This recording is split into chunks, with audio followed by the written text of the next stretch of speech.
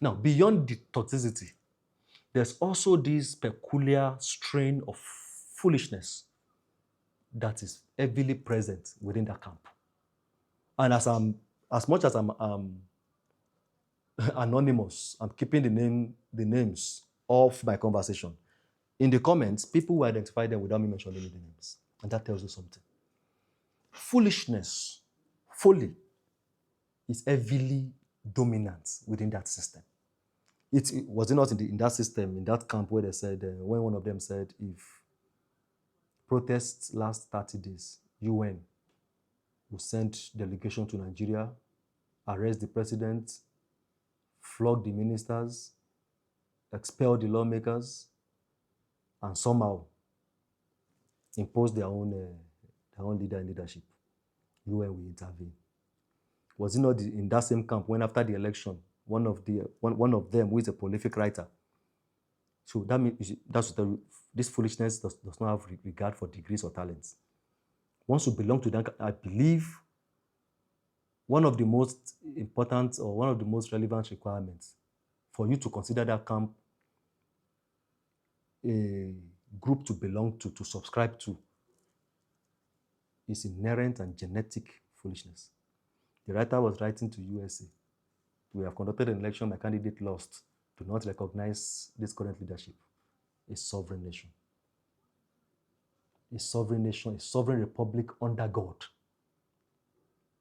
Was it not in that same camp? After they lost the election, they said, Obasanjo is coming in with generals now to force the declared leaders out of office. Oh, later it became he has contracted a Russian lawyer. The lawyer has never lost any case. He never gives in to adjournment, and he doesn't allow technicalities. The Russian lawyer is coming now, and she will be defending their candidate. Victory is sure. They believed it. PhD holders amongst them believed it. They went to the market. They advertised that fantasy. They actually elevated that conversation to our national dialogue. Was it not in that same camp they said, on inauguration day, in fact, this one had some spiritual colorations to its vision. God showed him that the military would intervene, arrest the president-elect with his running mate, of course, hand over to Osinbajo for a moment. Then after a matter of weeks, Osinbajo would then hand over not to the Senate president, not to the speaker, to their woman. Somehow, a man that is not in the scheme would be the beneficiary of a military takeover. Have you ever seen where a military takeover to hand over to a civilian? But they believed it. They diligently, religiously believed it. So beyond the hate, toxicity they promote, they're also foolish. And that's a concern because it tells me what to expect from a leader. If I see such traits amongst followers, I'm not following such leader. Because if a leader sows division, followers will harvest conflict. So how did I decide with this leader? I decide with this leader because, first of all, he has a history. That's why when you see those of us within this current camp, again, I don't want to mention names, even when you criticize our leader, hardly will you see any of us with a name. I'm talking not random people. These days, they're impersonate. A random mob will open an account disguising as one of us, either by tribe, either by ethnicity, or either by political affiliation, and begin to present things that are not consistent to our character.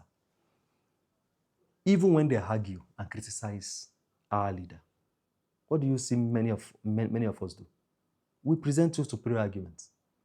We nullify your criticisms, presenting contrary.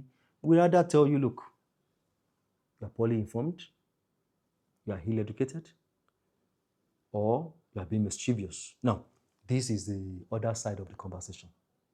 You either accept or you leave it, but at least we have presented you an option, an alternative to what you think you know. But in their case, when you criticize somebody who is not yet president, they want to come for your life. They will write to your employer. I think Ogbeni Dipo, that one I can mention his name, is our friend. They wrote to his employer, threatening to get him sacked.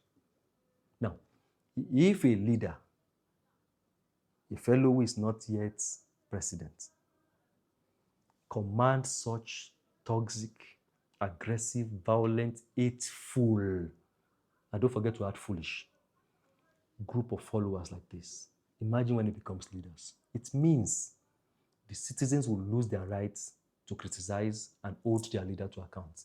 Because you know when you do, these people, now they do not have power. When they have power, they could actually physically come for you. We can't encourage this. And such leader, people like us must continue to speak that he should not be promoted among the league of true leaders. Because the tone at the top becomes the temperature of the crowd. And I think I will end with this very instructive verse. It's a popular one, Matthew 15:14. It says, if the blind lead the blind, both will fall into a pit. And what that means is when leadership is flawed, followers share the consequences. Subhanahu Rabbika, Rabbil Izzati, Merciful. Thank you. Thank you, Legend.